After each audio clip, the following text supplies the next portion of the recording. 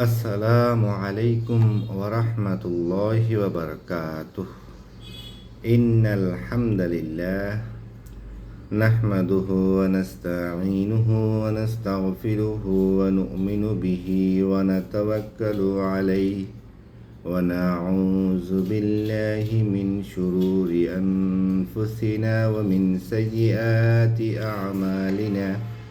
من يهده الله فلا مضل له ومن يضلله فلا هادي له وأشهد أن لا إله إلا الله وحده لا شريك له وأشهد أن محمدا عبده ورسوله أرسله بالحق بشيرا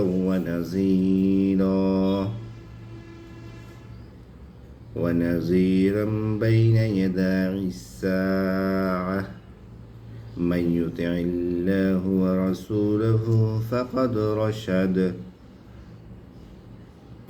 ومن يعصهما فإنه لا يضر الله شيئا أما بعد বিসমিল্লাহির রহমানির রহিম। আজ আমরা আলোচনা করব ডক্টর মিজানুর রহমান আজহারির লেখা এক নজরে কোরআন বইয়ের সূরা বাকারা। এক নজরে সূরা বাকারা তারতিব বিন নুজুল, নাজিলের ধারাবাহিকতা তথা কোন সূরার পর নাজিল হয়েছে তা বিবেচনায় এটি ৮৭তম সূরা। এর আগে সূরা মুতাফফিফিন ও পরে সূরা আনফাল নাজিল হয়েছিল।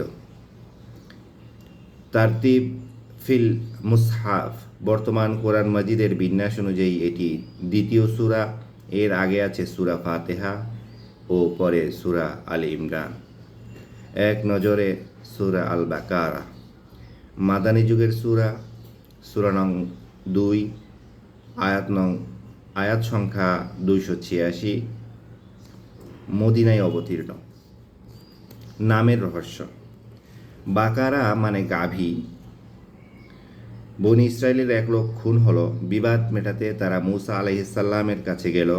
মূসা আলাইহি ওয়াসাল্লাম বললেন, এক কাজ করো, একটা গাভী জবাই করো, তারপর ওটার একটা অংশ দিয়ে খুন হওয়া লোকটির গায়ে সামান্য আঘাত করো, দেখবে সে দিব্যি জীবিত হয়ে খুনির নাম বলে দিচ্ছে। কিন্তু বনি ইসরাইল বলে কথা। এরকম একটা সহজ হুকুমকেও তারা প্রশ্নের পর প্রশ্ন করে জটিল করে তুলল। এই সূরার ৬৭ থেকে ৭৩ নং আয়াতে এই ঘটনায় জায়গা পেয়েছে। সেখান থেকেই সূরার নামকরণ করা হয়েছে সূরা বাকারা। Major theme: ১. সঠিক পথের সন্ধান, ইতিহাসের শিক্ষা। ২. পারিবারিক ও সামাজিক আইন। ৩. মুসলিম সমাজে ঐক্য, ভালো কাজে উৎসাহ। সূরার শুরু থেকে শেষ পর্যন্ত সম্পর্ক। সূরার শুরুতেই একজন খাঁটি মুমিনের পরিচয় দেওয়া হয়েছে। তাতে বলা হয়েছে, খাঁটি মুমিন তো সে যে ঈমান আনে গায়েব তথা অদৃশ্য বিষয়ের ওপর। আর সূরার শেষে এসে গায়েব তথা অদৃশ্য বিষয় কোনগুলো তা আরও স্পষ্টভাবে উল্লেখ করা হয়েছে। গায়েব মানে আল্লাহ, ফেরেশতা, নবী, রাসূল, পুলসিরাত, মিজান, জান্নাত, জাহান্নাম ইত্যাদি। অন্য সূরার সঙ্গে সম্পর্ক। সূরা ফাতিহার শেষ দিকে বান্দা তার রবের কাছে সঠিক পথের দিশা চেয়েছে, আর এই সূরায় রব তার বান্দাকে সঠিক পথের দিশা জানিয়েছেন।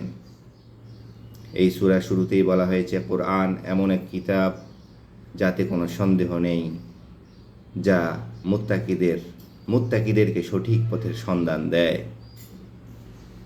শান নজুল। হিজরত করে মদিনায় এলেন নবীজি। মদিনায় অদূরেই ইহুদিদের বসতি। ইহুদিরা নিজেদেরকে তাওরাতের অনুসারী দাবি করত। ফলে ইসলাম, রসুল বা আসমানি কিতাব এগুলো সম্পর্কে তাদের ভালোই জানাশোনা। সেই হিসেবে আশা ছিল নবীজি মদিনায় ঠাঁই নেওয়া মাত্র ইসলাম কবুল করবে ইহুদিরা। কিন্তু তা ঘটল না। ঘটল ঠিক উল্টোটা। ইহুদিরা নবীজিকে চিনেও না চেনার ভান করল। সত্য মেনে নিতে রাজি হলো না। কারণ কি? ইহুদিরা আসলে তাওরাত অনুসরণ করত নামকা ওয়াস্তে। তাওরাতের যেসব বিধান ওদের রুচি মনে হতো না, সেগুলো ওরা বদলে ফেলতো। নিজেরা আইন বানাতো, আর সুযোগ বুঝে তা আল্লাহর বিধান বলে চালিয়ে দিত। সুদ, জিনা, মিথ্যা কথা এসব ছিল ওদের কাছে ডাল ভাত। তো ওরা যখন দেখলো নবীজি অনুসরণ করলে পাপের দরজায় খিল পড়বে, খায়েশ মতো আর কুকর্ম করা যাবে না, তখনই ওরা বেঁকে বসলো। আল্লাহ তখন এই সূরায় বেশ অনেকগুলো আয়াত ওদের সম্বোধন করে নাজিল করলেন। ঝকঝকে আয়নার মতো পরিষ্কারভাবে তুলে ধরা হলো ইহুদিদের সত্যিকার ইতিহাস। আল্লাহ ওদেরকে জানিয়ে দিলেন, তোমরা যে নিজেদেরকে তাওরাতের অনুসারে দাবি করছো তা মোটেও সত্য নয়। এই যে তোমাদের ইতিহাসের দলিল দস্তাবেজ। আবার সে সময়টা মদিনাতেও মাথাচাড়া দিয়ে উঠতে লাগলো মুনাফিকরা। তাদেরকে নিয়েও আলোচনা করা হলো বিস্তর। তাছাড়া মদিনা ততদিনে একটি ছোটোখাটো ইসলামিক রাষ্ট্র চালাতে আইন লাগে। এই সূরার মাধ্যমে ধাপে ধাপে সেই আইন পাঠানো হলো। নাগরিক জীবন, সামাজিক জীবন, অর্থনীতি, রাজনীতি ইত্যাদি ব্যাপারে একটি ইসলামী রাষ্ট্রের আইনি রূপরেখা কেমন হবে তার খুঁটিনাটি আলাপ নিয়ে এই সূরা নাজিল করা হয়েছে। সেগমেন্ট ঐশী সূচনা। সূরার পয়লা অংশেই মানুষ সৃষ্টির ইতিহাস এসেছে, মানে আমাদের দৃষ্টিটা আসমানের দিকে নেওয়া হলো। বলা হলো, যেখান থেকে তোমাদের সূচনা সেখান থেকেই হিদায়াতের আলো বিধান পাঠানো হবে। দুনিয়াবি ইতিহাস। এবার দৃষ্টি নামিয়ে আনা হলো দুনিয়ার অতীত মানুষের দিকে। অতীতে বহু মানুষ কিভাবে সেই আসমানে রশি ছেড়ে দিয়েছে, আল্লাহকে দেওয়া ওয়াদা ভুলে থেকেছে, সেই ইতিহাস জানানো হলো। ভবিষ্যৎ কর্মপন্থা। এবার এই দুটো দৃশ্যপট সামনে রেখে আমাদের কর্মপন্থা বুঝিয়ে দেওয়া হলো। আসমানি টর্চ লাইটটি ফের হাতে তুলে নিয়ে নতুনভাবে পথ চলার দিক নির্দেশনা দেওয়া হলো সূরার শেষ ভাগে। ফজিলত। রাসূলুল্লাহ সাল্লাল্লাহু আলাইহি ওয়াসাল্লাম বলেছেন,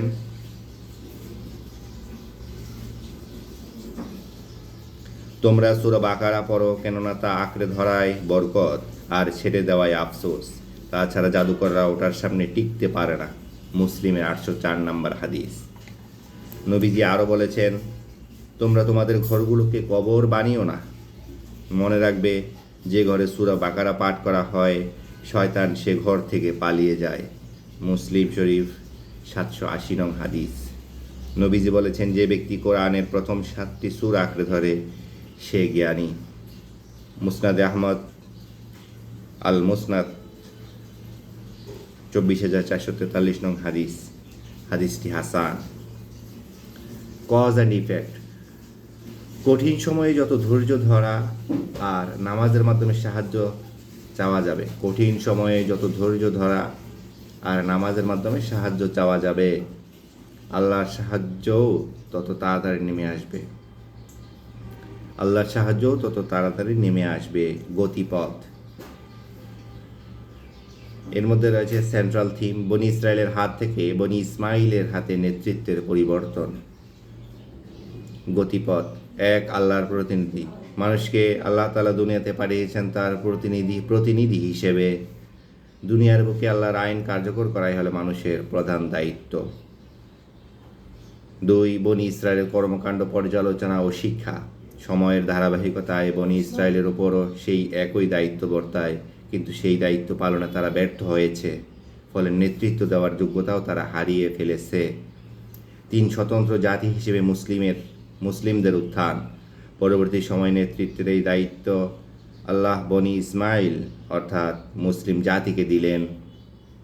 নেতৃত্বের পালাবদলের দৃষ্টান্ত হিসেবে মুসলিমদের জন্য কিবলার দিক পরিবর্তন করে দিলেন তিনি। আইন ও নৈতিকতা। 4 নম্বর পয়েন্ট। নেতৃত্বের ক্ষেত্রে সবচেয়ে জরুরি বিষয় হলো নৈতিকতা। তাই মুসলিমদের জন্য আল্লাহ ঠিক করে দিলেন ন্যায় ভারসাম্যপূর্ণ সমাজ পরিচালনার ফ্রেমওয়ার্ক। প্রণয়ন করলেন ইসলামের বেশ কিছু মৌলিক বিধান। Case study. ইহুদিরা বাইতুল মাকদিসে কিবলা মানে, তাই আল্লাহ তাআলা মুসলিমদের জন্য আলাদা কিবলা ঠিক করে দিলেন, সেটা হলো পবিত্র কাবা। এরকম বহু ঘটনা আছে যেখানে দেখা যায় ইহুদিরা যা যা করতো নবীজি মুসলমানদেরকে তার চেয়ে ভিন্নটা করতে বলতেন। ইহুদিদের অভ্যেস, রীতি রেওয়াজ বা সংস্কৃতির সাথে মুসলিমদের এক চুলো মিল থাকুক নবীজি তা কখনো চাইতেন না। এই কারণেই মুসলিমরা একটি স্বতন্ত্র জাতি। তো কিবলা পরিবর্তনের এই ঘটনায় শহুরে শিক্ষিত কিছু বাঙালি মুসলমানদের জন্য ভাবনার খোরাক আছে। বাঙালিয়ানার নামে তারা যে দিন দিন কলকাতায় কৃষ্টি কালচার লুফে নিচ্ছে, এটা এক ভয়ের কথা। শিক্ষিত এই মানুষগুলো কি তাদের নিজস্ব পরিচয় নষ্ট করে দিতে চাইছে? যে পরিচয় তারা পেয়েছে স্বয়ং আল্লাহর কাছ থেকে, তারা কি নিজেদেরকে মূর্তি পূজারীদের একটা কপি ভার্সন হিসেবে দেখতে চাচ্ছে? তাহলে তারা জেনে রাখুক, কিয়ামতের দিন তারা মঙ্গল শোভাযাত্রার পেঁচা, ব্যানার আর বাঘ কুমির হাতে করে আল্লাহর সামনে দাঁড়াবে। ভিন্ন জাতির পৌত্তলিক সংস্কৃতি প্রমোট করবার অপরাধে আল্লাহ অবশ্যই তাদের ওপর সেদিন ভীষণ রেগে থাকবেন। আরও দেখুন আবু দাউদ, বুখারী, মুসলিম। ওভারভিউ। আয়াত 1 থেকে 20 ওভারভিউ হচ্ছে মুত্তাকিদের গুণাবলী এবং কাফির মুনাফিকদের বৈশিষ্ট্য।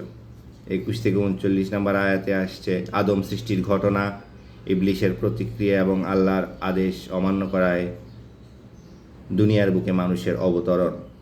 40 থেকে 74 আয়াত দুনিয়ায় মানবজাতির ক্রমধারায় বনি ইসরায়েলের আগমন, তাদের লাগাতার অবাধ্যতা ও ফলস্বরূপ লাঞ্ছনার কাহিনী। 75 থেকে 123 শুধু নবীজি নন, ইহুদিরা মুসা আলাইহিসসালামের সাথেও বেয়াদবি করেছে, তাদের সেই অবাধ্যতা ও ষড়যন্ত্র আজও চলমান। 124 থেকে 141 নং আয়াতে যা এসেছে তা হলো ইব্রাহিম আলাইহিসসালাম ছিলেন সঠিক পথের দিশারি, তিনি মুসলিমদের অনুসরণীয় আদর্শ। ইহুদি খ্রিস্টানদের দাবি সম্পূর্ণ বানোয়াট। 142 থেকে 177 ইহুদি, খ্রিস্টান বা অন্য কোনো ধর্মের রীতি রেওয়াজ সংস্কৃতি মুসলিমরা অনুসরণ করতে পারে না। 178 থেকে 203 ওয়ারিশ বন্টন, রোজা, হজ, কিসাস ও জিহাদ বিষয়ে বেশ কিছু নির্দেশনা এসেছে, দেওয়া হয়েছে প্রকৃত আনুগত্যের পরিচয়। 204 থেকে 242 সবর করার গুরুত্ব ও পুরস্কার সম্পর্কিত আলোচনা এসেছে। বিয়ে, তালাক ও দুগ্ধপোষ্য সন্তানের ক্ষেত্রে কিছু বিধিবিধান। 243 থেকে 274 নং আয়াত এসেছে পুনরুজ্জীবনের 2টি বিস্ময়কর নজির তুলে ধরা হয়েছে, পাশাপাশি শেখানো হয়েছে দান সদকা করার ইসলামিক আদব। 275 থেকে 286 নম্বর আয়াতে সুদের ক্ষতি ও লেনদেন স্বচ্ছতার গুরুত্ব সম্পর্কিত আলোচনা, একটি চমৎকার দুআ দিয়ে সূরার সমাপ্তি। রিফ্লেকশন বা তাদাব্বুর। সূরা ফাতিহাতে রবের কাছে আমরা সঠিক পথের সন্ধান চেয়েছি, সূরা বাকারায় সেই ডাকে আল্লাহ সাড়া দিলেন। দুনিয়ায় মানুষকে জানালেন সঠিক পথের সন্ধান আছে কুরআনে।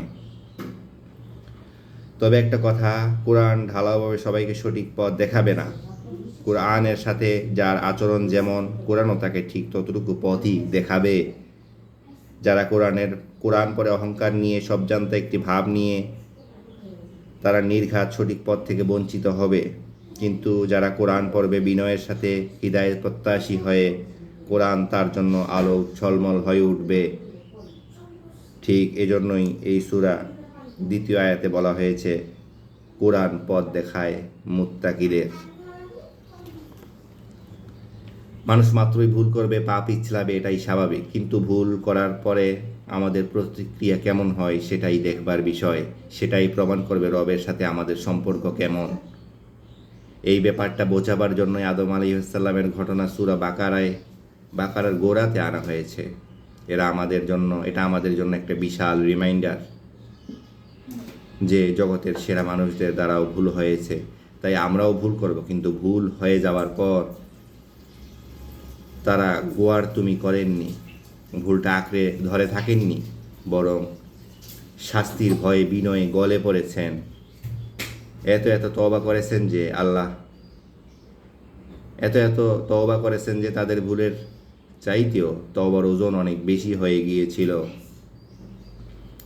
এর ঠিক বিপরীতে ছিল ইবলিস ও ফিরআউন। তারা খুব জোরের সাথে সত্যকে প্রত্যাখ্যান করেছে। সত্যকে চেনার পরেও মুখ ফিরিয়ে নিয়েছে একটাই কারণ, তাদের উদ্ধত্ত বিচ্ছিরি অহংকার। ফলে সঠিক পথ ও তাদের মাঝে ইস্পাত কঠিন দেয়াল তৈরি হয়ে গেছে, আর তাদের সর্বশেষ ঠিকানা হয়েছে জাহান্নাম। হ্যাঁ, অহংকারের করুণ পরিণতি এমনই। কিছু কিছু শব্দ জানতেই হয়। মানুষ সৃষ্টির আগে আল্লাহ ফেরেশতাদের বললেন, আমি দুনিয়াতে খলিফা বা প্রতিনিধি পাঠাবো। কিন্তু দুঃখের কথা হলো, এই খলিফা কথাটির অর্থ আমাদের ঠিকঠাক জানা নেই। গোড়াতেই গলত। আমরা এখন কাপড় সেলাই করার দর্জিকে বানিয়েছি খলিফা, গাঁও গ্রামের আবার এলাকার মাতব্বরগুলোকেও খলিফা ডাকতে দেখা যায়। আফসোস, শত আফসোস, খলিফার মতো একটি ওজনদার শব্দকে আমরা এভাবে নষ্ট করে ফেললাম। অথচ খলিফা হলেন যারা মানুষের মধ্যে বিচার ফয়সালা করার ক্ষেত্রে আল্লাহর প্রতিনিধিত্ব করবে, তারই হুকুম মতো বিচার ফয়সালা করবে। এতে বোঝা গেল আমরা নিজেদেরকে তখনই আল্লাহর খলিফা পরিচয় দিতে পারবো যখন দুনিয়াতে তার হুকুম বা খেলাফত প্রতিষ্ঠার চেষ্টা আমাদের ভেতর থাকবে। খলিফার আরেকটি অর্থ হচ্ছে দেখভালকারী, অর্থাৎ আল্লাহর সৃষ্টির সব কিছু যেন নষ্ট না হয় তা দেখে শুনে রাখার দায়িত্ব আল্লাহ মানুষকে দিয়েছেন। সুতরাং এই ব্যাপারেও আমাদের সতর্ক থাকতে হবে। তাকওয়া শব্দটা এসেছে তাকি থেকে। তাকি মানে নিজেকে বাঁচিয়ে চলে। যে ঘোড়ার খুরের নিচে লোহার এক রকমের চাকতি বসানো হয়, ওটাকে বলে নাল। ঘোড়া যখন তুমুল বেগে ছুটে চলে তখন পায়ের তলায় অনেক সময় কাঁটা, নুড়ি, পাথর, বড়ই, রাটি এরকম জিনিস পড়তে পারে, আর তাতে ঘোড়ার পায়ের তলা কেটে যায়, কখনো মারাত্মক জখম হয়। কিন্তু লোহার এই নাল পরানো থাকলে এরকম কোনো ভয় থাকে না। তো যখন ঘোড়ার খুরে নাল পরানো থাকে না, খালি থাকে, তখন এই ঘোড়াকে বলা হয় তাকি। কেননা ঘোড়াটিকে তখন খুব সাবধানী হয়, দেখে শুনে পথ চলতে হয়। আর তাকি থেকে এসেছে তাকওয়া। তার মানে মুমিন যখন দুনিয়ার জীবনযাপন করবে তখন এই নালবিহীন ঘোড়ার মতোই সাবধানী হবে, এমনভাবে পথ চলবে যাতে গুনাহের আঁচড় তার অন্তরে না লাগে। এভাবে গুনাহ থেকে দূরে থাকার মাধ্যমে নিজেকে জাহান্নামের আযাব থেকে বাঁচাবার নামই তাকওয়া। আরও বিস্তারিত দেখুন ইবনে মানজুর, লিসানুল আরব। আজকের আলোচনা এতটুকু পর্যন্তই ছিল। আল্লাহ আলোচিত কথাগুলোর মধ্য থেকে আমাদেরকে আমল করার তৌফিক দান করুন। ওয়া তৌফিক ইল্লা বিল্লাহ। আসসালামু আলাইকুম ওয়া রাহমাতুল্লাহি ওয়া বারাকাতুহু।